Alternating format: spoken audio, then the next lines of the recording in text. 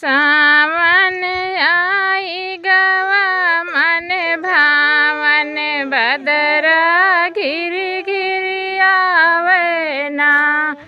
बादल गरजय बिजुली तड़प शीतल जल बरसाए ना। सावन आई गवा मन भावन बदरा घिर घिर आवे ना। बन बन मोर पपीहा बोले दादू सोरी मचाए ना।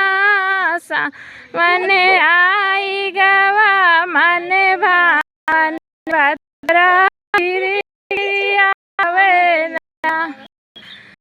गुनु जगमग ज्योति जलाए हमरा जियालु भाए ना। सावन आई गवा मन भावन बदरा घिर